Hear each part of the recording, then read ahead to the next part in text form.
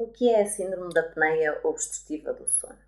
É uma doença respiratória do sono e que, portanto, acontece só durante o sono e é caracterizada por colapsos da via respiratória, ou seja, a nossa via respiratória, nomeadamente ao nível da hipofaringe, a parte mais baixa da faringe, colapsa durante a noite, fecha durante a noite, impedindo que haja a normal passagem de ar. E porquê é que isto acontece? Por dois motivos fundamentais. Um é a obesidade. As pessoas que têm excesso de peso, essa gordura acumula-se também no pescoço e, portanto, a via respiratória, que deve ter um determinado calibre, fica mais estreita e, portanto, é mais provável que aconteça um colapso desta via respiratória. Por outro lado, há um motivo também ele muito importante, que é a genética. Todos nós herdamos o tamanho da via respiratória, o seu calibre, como herdamos a cor do cabelo, a cor dos olhos e, portanto, alguns de nós temos a via respiratória mais estreita, o que facilita o seu colapso durante a noite. Ora, nem sempre ter um colapso da via aérea é uma coisa anormal. Todos nós, durante a noite, graças à maior flacidez da musculatura, podemos ter colapso da nossa via respiratória. Mas se este colapso acontecer mais do que 5 vezes por hora e durar mais do que 10 segundos, então já dizemos que existe a síndrome da apneia obstrutiva do sono. Quais são então os principais sintomas da síndrome da apneia obstrutiva do sono? 3 fundamentalmente. 1, a roncopatia, o ressonar durante a noite. E o ressonar existe porque é um barulho que surge do ar a passar numa via respiratória estreita e, portanto, faz barulho e chama-se roncopatia. Além deste sintoma, existem pausas respiratórias, muitas vezes testemunhadas pelo companheiro ou pela companheira, que se apercebe que o doente durante a noite está a respirar e a dada altura parece que para de respirar e para efetivamente. E depois faz então um barulho maior, tentando vencer essa obstrução da via aérea, que é o ressonar, e volta novamente a respirar. E a respirar, em regra, de uma forma ruidosa, com a tal roncopatia. Para além destes 2 sintomas, existe também um que é muito frequente nos doentes com apneia obstrutiva do sono, que é a sonolência diurna. E isto acontece porquê?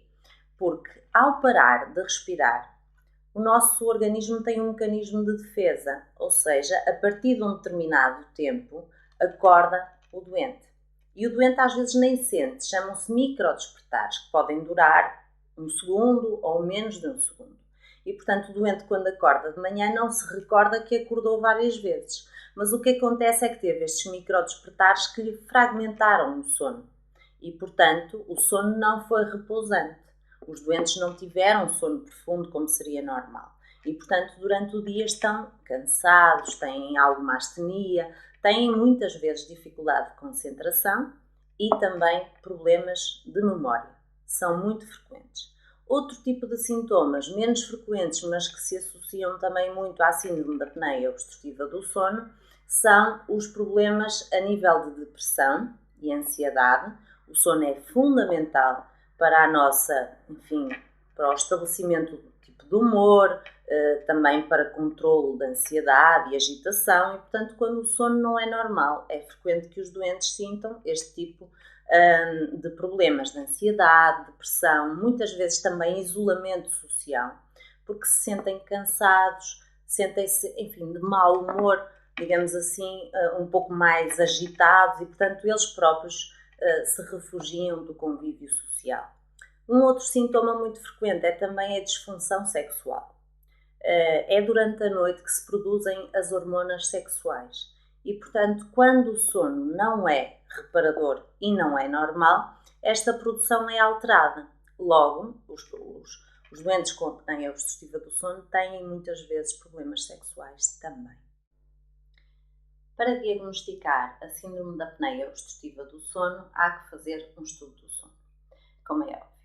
E esse estudo pode ser feito em laboratório do sono, ou seja, em meio hospitalar ou numa clínica, e há que fazer um estudo, quando é um estudo feito em laboratório, que é vigiado por um técnico, que fica durante toda a noite a vigiar o que se passa com os doentes que estão a fazer o estudo do sono, e é um estudo que compreende vários sinais, digamos assim. Nós temos sinais respiratórios e permite-nos ver se realmente o doente para de respirar ou não, quantas vezes, quanto é a duração dessas apneias. Apneia quer mesmo dizer paragem respiratória. Portanto, esses são uns dos sinais que para nós são importantes. Outro é saber como é que o oxigênio se comporta ao longo da noite no doente, portanto, o oxigênio a nível da circulação sanguínea. Outra informação muito importante é também a frequência cardíaca e o esforço que os nossos músculos respiratórios fazem. Porque quando há uma paragem respiratória e há um colapso da via aérea, os músculos estão a tentar contrair-se e estão a tentar vencer esse obstáculo da via aérea. E, portanto, nós costumamos pôr umas bandas torácica e abdominal nos doentes, precisamente para nos apercebermos do esforço muscular que acontece após as pausas respiratórias. Para além disto, é importante também haverem elétrodos que nos vão dar informação sobre o sono, o estadiamento do sono. E, portanto, é como se fizessem um eletroencefalograma, em que se põem vários elétrodos a nível da cabeça do doente, que nos permitem ver em que estadio do sono é que o doente se encontra. Para além disto, usamos habitualmente um microfone que é colocado abaixo do queixo, para ouvirmos o barulho e, portanto, a intensidade da roncopatia do doente e a quantificarmos, e também usamos elétrodos sinais nas pernas, nos membros inferiores, para podermos ver se os doentes têm movimentos periódicos de pernas que sejam anormais, que muitas vezes também se associam à presença da apneia obstrutiva do sono. Este exame chama-se polissonografia, este exame que vos estive a descrever, e é realmente o exame mais completo que temos para diagnosticar este tipo de problemas. Para além deste exame, podemos fazer um exame um pouco menos sofisticado, menos completo, mas que também nos permite fazer um diagnóstico na maioria dos casos. E este exame tem a vantagem de ser feito em casa. Chama-se estudo cardiorrespiratório do sono. Temos os mesmos elementos que vos referia para a polissonografia, só não temos dados de eletroencefalograma, porque nesse estudo não se faz um eletroencefalograma. Mas conseguimos ver também o esforço respiratório dos doentes, as paragens respiratórias, as alterações a nível do oxigênio no sangue durante a noite.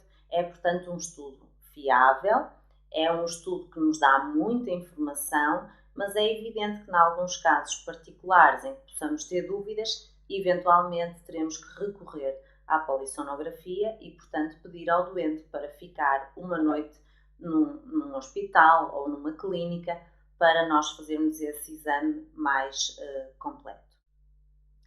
Vamos ver então como se trata a síndrome da apneia obstrutiva do sono. O tratamento mais eficaz para esta doença é, sem dúvida, usar um ventilador durante a noite. Um ventilador que permite manter a via respiratória sempre aberta durante a noite e, portanto, não haverem os tais colapsos da via aérea que fazem com que o doente venha a ter pausas respiratórias. E, portanto, este é o tratamento, como dizia, mais eficaz que conhecemos e é um tratamento relativamente simples de usar, não invasivo. O doente tem que dormir com este ventilador. E este ventilador liga-se ao doente através de uma máscara só no nariz ou então uma máscara facial, nariz e boca. E isto depende do tipo de respiração preferencial do doente. Se o doente respirar bem pelo nariz, ótimo, fica só com uma máscara nasal. Se não respirar muito bem pelo nariz e preferencialmente respirar pela boca, é preferível que fique com uma máscara nariz e boca, precisamente para não haverem fugas de ar pela boca.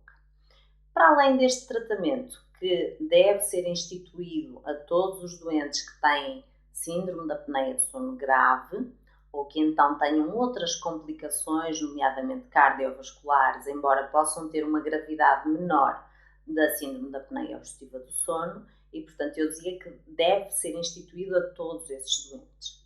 Aqueles que têm apneia de sono ligeira ou aqueles que têm apneia de sono moderada e sem doença cardiovascular podem não precisar deste tipo de tratamento.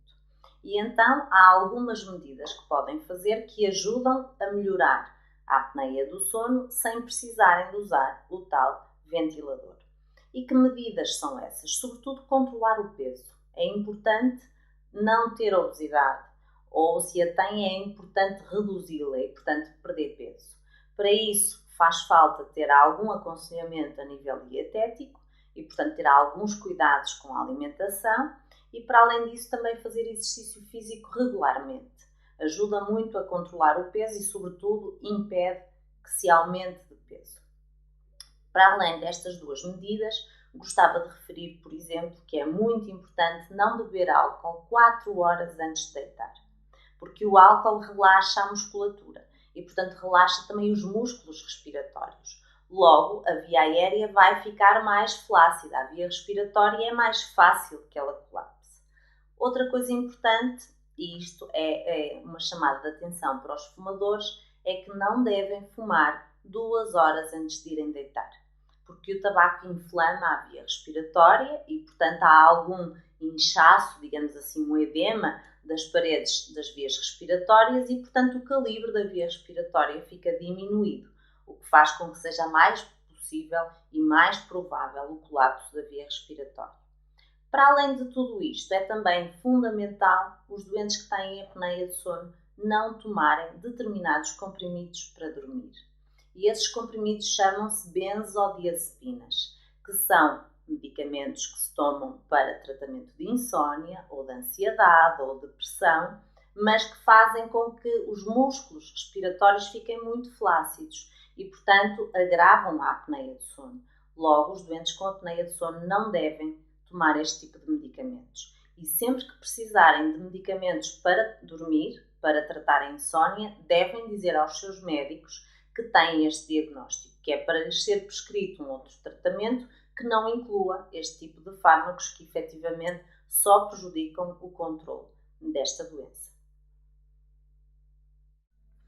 O que pode então acontecer a um doente que não cumpra o tratamento da síndrome da apneia obstrutiva do sono? Bom, como já tive a oportunidade de vos dizer, o tratamento mais adequado é usar um ventilador durante a noite para impedir os colapsos da via respiratória. Se o doente não cumprir o tratamento, vai ter esses tais colapsos da via respiratória, vai ter fragmentação do sono, diminuição do oxigênio durante a noite, e isto tudo tem consequências, nomeadamente consequências a nível da capacidade de concentração do doente, da sua capacidade de memória. Portanto, em regra, estes doentes têm pouca rentabilidade no seu trabalho habitual. Por outro lado, têm também um cansaço e uma sonolência diurna excessivos. E, portanto, isto faz com que durante o seu tempo de trabalho também sejam mais lentos e tenham, no fundo, menor qualidade no trabalho que executam. Por outro lado, esta sonolência põe-os em risco acrescido de virem a ter acidentes de trabalho, acidentes de viação, o que é muitíssimo importante, porque põe em risco não só a sua vida, mas também a vida de toda a população que anda na estrada. Por outro lado, existem riscos cardiovasculares que estão associados à síndrome da apneia obstrutiva do sono. Hoje é absolutamente clara a ligação entre ter esta doença e ter hipertensão arterial. É também claro que estes doentes têm mais risco de vir a ter um infarto agudo do miocárdio, um AVC, arritmias e eventualmente precisarem de colocação de pacemaker. Portanto, todas estas alterações podem ser minoradas se o doente cumprir o tratamento, mas são consequências reais desta doença e que, portanto, urge tratar esta patologia de forma eficaz para diminuirmos o risco, seja de doenças cardiovasculares, como disse, seja de acidentes, seja de alterações da memória e concentração, seja também por causa do risco de virem a desenvolver diabetes e, finalmente, por causa da qualidade de vida destes doentes. Habitualmente são doentes ansiosos, deprimidos, que têm mau contacto social, porque precisamente andam habitualmente de mau humor, são pessoas que descansam pouco e também estão sonolentas e, portanto, habitualmente isolam-se. E, portanto, tudo isto pode vir a ser melhorado se fizerem um tratamento adequado da sua doença. Por outro lado, a nível sexual, também a sua atividade e desempenho podem melhorar, precisamente porque passam a ter um sono repousante, em que há uma produção hormonal adequada e uma produção normal e, portanto, também a esse nível os doentes vão sentir uma melhoria importante. Será que um doente com síndrome da apneia obstrutiva do sono pode parar de respirar durante a noite e não voltar a acordar? Esta é uma questão que muitos doentes me fazem na consulta. E, efetivamente, a resposta é uma resposta negativa. Isso não pode acontecer. E por que não acontece? Porque, felizmente, temos um mecanismo de defesa no nosso organismo que faz que, quando estamos sem respirar há mais de determinado tempo, de determinados segundos, o nosso organismo tem um mecanismo de nos acordar. E, portanto, não vamos estar sem respirar indefinidamente e não voltar a acordar. O que acontece é que há determinados níveis, nomeadamente quando o oxigênio baixa muito no sangue ou quando o dióxido de carbono sobe muito no sangue, o nosso cérebro envia um estímulo para acordarmos. E, portanto, os doentes acordam muitas vezes, os doentes que têm síndrome da apneia obstrutiva do sono, acordam muitas vezes durante a noite, mas muitas vezes não sentem. Não sentem estes acordares porque são realmente muito curtos. Duram 1 segundo ou menos do que 1 segundo. E, portanto, o doente não tem a percepção de ter acordado, mas efetivamente acorda, volta a respirar, mas depois, a maior parte das vezes, isto é cíclico, ou seja, passado alguns segundos ou minutos, volta a acontecer novamente. E é exatamente este mecanismo de defesa que protege os doentes de entrarem numa paragem respiratória e não voltarem a respirar e não voltarem a acordar. Por um lado, é um mecanismo protetor, mas por outro lado, é um mecanismo que conduz à fragmentação do sono. E, portanto, o sono não é um sono reparador. O doente não consegue ir ao sono profundo porque está sempre a acordar. E, portanto, como não vai ao sono profundo, também tem menos sono REM, que é aquele sono em que sonhamos e que é importantíssimo para manter os nossos processos de memória, os nossos processos, enfim, de compreensão, que se chamam processos cognitivos, também está muito reduzido esse sono REM. E, portanto, daí que os doentes com apneia obstrutiva do sono tenham habitualmente os tais problemas de memória e de concentração e também uma sonolência excessiva durante o dia. É o tratamento da síndrome da apneia obstrutiva do sono para toda a vida? Muitas vezes os doentes fazem esta pergunta. E, efetivamente, a síndrome da apneia obstrutiva do sono é uma doença crónica. Portanto, é uma doença como a diabetes, como a hipertensão e exige tratamento a longo termo. O mais importante, penso eu, não é enfatizar que o tratamento seja para toda a vida ou que seja a longo termo. O mais importante é que o doente se aperceba da vantagem que tem em tratar a sua doença. Não só porque diminui o risco de vir a ter uma doença cardiovascular, ou um acidente de viação, um acidente de trabalho, mas também porque o melhora muito em termos de capacidade cognitiva, de memória, de concentração e de qualidade de vida no global. E, portanto, quando o doente inicia o uso da ventilação, é evidente que usar este tratamento não é tão fácil como tomar comprimidos e não é como respirar sem nenhum ventilador e dormir durante a noite sem nenhum ventilador. Portanto, exige algum tipo de adaptação. E essa adaptação inicial pode não ser fácil, mas o que convém enfatizar é que quando os doentes começam a sentir melhoria, ou seja, no dia seguinte acordam muito mais bem dispostos, com outra capacidade de concentração, com outro humor, com outra energia, os doentes passam a aderir muito melhor à ventilação. E, portanto, passam a ver no ventilador uma ajuda, um amigo, algo que os vai ajudar a respirar bem e, portanto, terem um dia muito mais produtivo e muito mais feliz e também terem melhor saúde. E, portanto, o que vale a pena realmente enfatizar é que há uma melhoria significativa clínica e da qualidade de vida nos doentes, que eles podem perceber. E, portanto, sendo essa melhoria perceptível, vai ser, eu penso, uma questão secundária o facto de terem que usar o tratamento por longos períodos. Entretanto, só chamar a atenção que há doentes que têm síndrome da apneia do sono mais ligeira e que, portanto, eventualmente podem não precisar de fazer ventilação. E então, para estes doentes, é importante dizer que há a possibilidade de controlarem a sua doença tendo alguns cuidados, fazendo algumas medidas gerais de higiene do sono que os pode melhorar.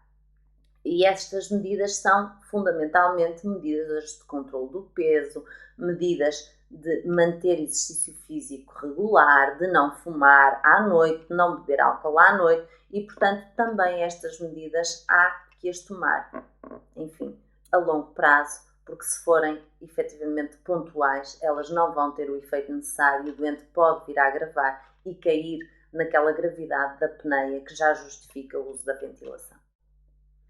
Existe alguma cirurgia eficaz para o tratamento da síndrome da apneia obstrutiva do sono? Bom, aquilo que sabemos é que o tratamento mais eficaz que existe para esta doença é usar um ventilador com pressão positiva contínua na via aérea que impede o colapso dessa via respiratória. Ora, existem eventualmente algumas cirurgias que podem melhorar a respiração, nomeadamente a respiração nasal. Não quer dizer que essas cirurgias tratem a síndrome da apneia obstrutiva do sono. Mas, por exemplo, se um doente tiver um desvio do septo nasal, ou se tiver pólipos no nariz, ou se tiver alguma outra alteração anatómica a nível nasal, vale a pena fazer uma cirurgia corretiva do foro da otorrinolaringologia para melhorar a patência nasal, ou seja, para que o doente consiga respirar melhor pelo nariz e até tolerar melhor o ventilador que é necessário para tratar a sua doença. Isto por um lado. Por outro lado, doentes que tenham amígdalas hipertrofiadas de grande volume, vale a pena também fazer uma cirurgia corretiva de retirada das amígdalas, pois vão respirar muito melhor e vão tolerar também melhor o ventilador. Para além destas cirurgias, há uns anos atrás falava-se muito de cirurgias do foro da otorrinolaringologia que preconizavam a abertura do céu da boca, aumentando o espaço que se chama retrofaríngeo, portanto atrás da faringe, e portanto os doentes parecia que melhoravam bastante. Porquê? Deixavam de ressonar, porque o espaço respiratório era superior, ao passar ar já não fazia barulho. Mas o que acontece é que as apneias se mantinham. No fundo, era um tratamento enganador, porque o doente deixava de ressonar, parecia que estava melhor e efetivamente as paragens que se dão em baixo, na hipofaringe, mantinham-se. E, portanto, os riscos associados a estas paragens respiratórias também se mantinham. Logo, hoje em dia sabemos que essas cirurgias não têm qualquer interesse no tratamento da síndrome da apneia obstrutiva do sono. Eventualmente, haverá uma cirurgia que pode ser considerada como fazendo parte do tratamento da síndrome da apneia do sono, que é a cirurgia bariátrica, ou seja, aquelas cirurgias que se fazem para perder peso. Seja para colocar uma banda gástrica ou fazer um bypass gástrico. Portanto, essas cirurgias em grandes obesos, em doentes que têm muito peso, fazem com que eles possam perder uma percentagem importante do seu peso corporal e, portanto, possam passar de uma apneia grave para uma apneia ligeira ou, eventualmente, até deixarem de ter apneia de sono. E, portanto, esta cirurgia pode realmente ter um papel importante no tratamento desta doença. Será que há grupos profissionais que devem preferencialmente fazer o despiste deste tipo de doenças respiratórias do sono? Eu diria que sim, que há grupos profissionais que deviam fazer por sistema, antes de começarem a sua atividade profissional, um estudo do sono para despistar este tipo de doença, de síndrome da apneia obstrutiva do sono.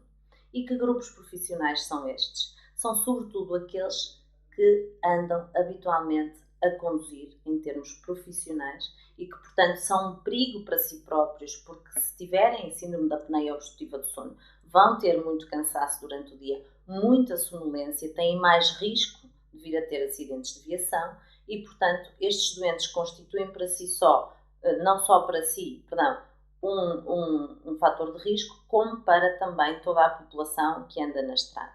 E, portanto, eu diria que motoristas profissionais de pesados, de ligeiros de passageiros, devem fazer, ou ligeiros de mercadorias, devem fazer despiste de síndrome da apneia obstrutiva do sono, sobretudo se forem pessoas com excesso de peso, que ressonem e que eventualmente sintam alguma sonolência durante o dia. Outro grupo profissional que me parecia importantíssimo que fizesse o despiste destas doenças será o grupo dos pilotos de aviação, civil ou não civil, porque há o risco, sobretudo nos pilotos de aviação civil, de porem, em causa a sua vida e também a de inúmeros passageiros, mas os pilotos de aviação não civil também, por causa do resto da tripulação e de si próprios, enfim, e todos os custos económicos que advêm de um acidente de aviação. E, portanto, seria de despistar também nesses doentes. Depois, eventualmente, em indivíduos que façam uma atividade que pressupõe a condução de máquinas, seja na construção civil ou noutro tipo de atividades profissionais. E, portanto, a condução de máquinas pressupõe reflexos rápidos, pressupõe grande capacidade de concentração e pressupõe que não haja o risco de adormecerem. E, portanto, perante tudo isto, seria conveniente que fizessem o despiste de síndrome da apneia obstrutiva do sono para que se possa tratar, caso ela exista, para que os doentes não possam ou não corram riscos desnecessários. E eu gostava de enfatizar uma questão que é: esta doença não contraindica nenhum tipo de profissão. O que acontece é que é preciso tratá-la, porque esta doença tem tratamento eficaz e a partir do momento que o doente cumpre esse tratamento, ele está apto, em regra, para fazer todo o tipo de tarefas que habitualmente fazia na sua profissão e na sua vida do dia-a-dia. Portanto, não há, digamos que, uma necessidade de retirar o trabalhador do seu local de trabalho por ter esta doença. O que há é a necessidade de a tratar, porque tratando, o doente deixa de ter os sintomas que o põem em risco.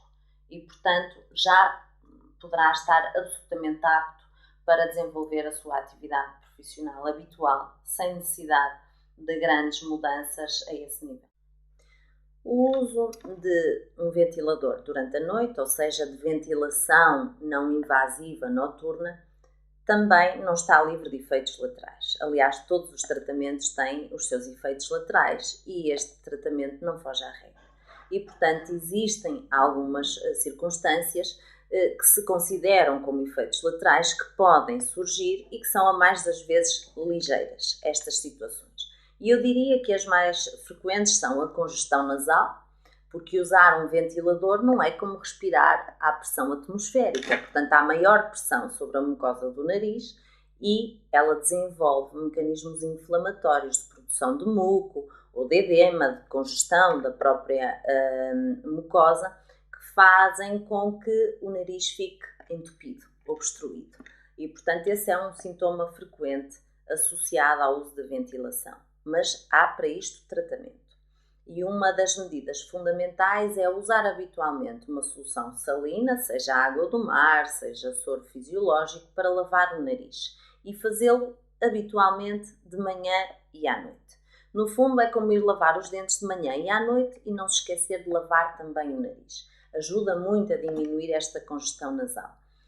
Se este tratamento, digamos assim, não for suficiente para controlar a congestão nasal, podemos passar para a prescrição de um corticoide intranasal, portanto com um spray que se põe no nariz, que controla, em regra, muito bem este tipo de efeito lateral. Outro efeito lateral relativamente frequente que surge é a da congestão ocular. Isto acontece sobretudo quando as máscaras respiratórias não estão bem colocadas, quando há fuga a partir da máscara para os olhos do doente. E, portanto, de manhã, quando acorda, tem os olhos avermelhados, muitas vezes lacrimejantes ou até com prurido, com comichão ocular. E, portanto, o que há a fazer é ajustar melhor a máscara e lavar os olhos também com soro fisiológico ou lágrimas artificiais. E, em regra, com isto resolvemos bem a questão. Um outro efeito lateral, também menor, ligeiro, mas que pode ser algo incomodativo, acontece com alguma frequência, que é o doente engolir ar. Além do ar ir para a via respiratória, há parte dessa pressão de ar que pode ir para o tubo digestivo. E, portanto, o doente, quando acorda de manhã, sente uma distensão gástrica incomodativa e importante, e até tem bastantes gases, o que também é muito incomodativo, mas isto resolve-se facilmente. Como? Controlando a respiração nasal. Isto é sinal de que o doente respira sobretudo pela boca. E se nós melhorarmos a respiração nasal do doente, seja lavando o nariz com as tais soluções salinas, seja usando corticoides no nariz, ou se houver alguma alteração anatómica no nariz, podendo mesmo recorrer a uma cirurgia corretiva do nariz, podemos melhorar esta respiração nasal e, portanto, diminuir este desconforto que é aquele que se verifica quando o doente usa preferencialmente a boca para respirar e, portanto, engole algum ar. Estes efeitos laterais são algo frequentes, mas como veem é relativamente simples de controlar. Existe um outro efeito lateral que pode também acontecer, que é o de aparecerem escaras no dorso do nariz, nesta região do nariz, em que há, digamos que, uma pressão grande da máscara a nível de uma zona que tem pouco tecido solar subcutâneo e pouco tecido adiposo e, portanto, há logo o osso abaixo da pele e pode acontecer escariar aí a pele. Neste caso, há um menor sinal de ferida desta área, avisar o médico, porque temos que mudar de máscara, provavelmente para uma máscara que não assente nesta região do nariz e, eventualmente, podemos ter que usar alguns protetores nasais, nomeadamente de silicone, ou outros que possam existir, nomeadamente à venda nas farmácias, para proteger esta área. E, portanto, nestes casos, como digo, é fundamental avisarem os vossos médicos para que não se chegue a uma situação de escara da pele. Estas situações são relativamente frequentes, existem outras um pouco mais graves, que são, felizmente, muitíssimo pouco frequentes. E que situações são essas? Essas situações têm a ver com aquilo que se chama o barotrauma, ou seja, com o traumatismo que o ar, a pressão de ar, pode fazer no nosso organismo. E, portanto, podem surgir situações que são efetivamente muito raras, mas que se associam ao uso de ventilação e que são elas: a ruptura do tímpano, pneumomediastino, pneumotórax. Portanto, são o aparecimento de ar, seja na zona das pleuras, que envolvem os pulmões, ou seja, na zona do mediastino, que envolve os grandes vasos e o coração, e, portanto, estes efeitos laterais eventualmente vão ter que ser corrigidos através de colocação de drenagem desse ar e que pressupõe internamento. Mas gostava de enfatizar que eu tenho cerca de 1400 doentes ventilados neste momento e nunca tive nenhum efeito lateral deste tipo em nenhum deles. Apenas uma ruptura de tímpano numa doente. Portanto, como veem, é realmente muito raro o aparecimento destes efeitos laterais. Mas é bom saber que existem para que, ao menor sinal, possam avisar os vossos médicos destes problemas.